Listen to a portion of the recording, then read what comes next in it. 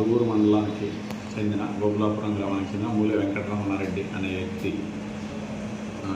గతంలో ప్రొద్దుటూరులో టీచర్గా పనిచేసి ప్రస్తుతం కడపలో పనిచేస్తున్న శోభారాణి అనే మహిళ తనకి పరిచయమై అతన్ని రైస్ పుల్లింగ్ వ్యాపారం అనే పేరుతో ఇరిడియం అనే లోహం తీసుకోవడం వల్ల మంచి లాభాలు గడించవచ్చు అని చెప్పేసి బెంగళూరుకి చెందిన తన బంధువైన అపర్ణ ద్వారా అతన్ని రైస్ పుల్లింగ్ వ్యాపారంలో పెట్టుబడి పెట్టాలని చెప్పి నమ్మించి పలు దఫాలుగా సుమారు 1,37,00,000 రూపాయలు అతని దగ్గర నుంచి వసూలు చేసి దాన్ని మళ్ళీ తిరిగి ఇవ్వమని అడిగినప్పుడు అతన్ని బెదిరించి కొంత మొత్తం వసూలు చేసుకోవడం జరిగింది. అదేవిధంగా వీళ్ళు ఎప్పుడైనా డబ్బులు అడిగితే ఆ విషయంగా అతన్ని బెదిరిస్తూ అతన్ని చంపుతామని కూడా బెదిరించడం జరిగింది.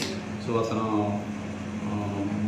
మన 26/11/2024 తేదీ దాని విషయంగా కంప్లైంట్ చేయడం జరిగింది.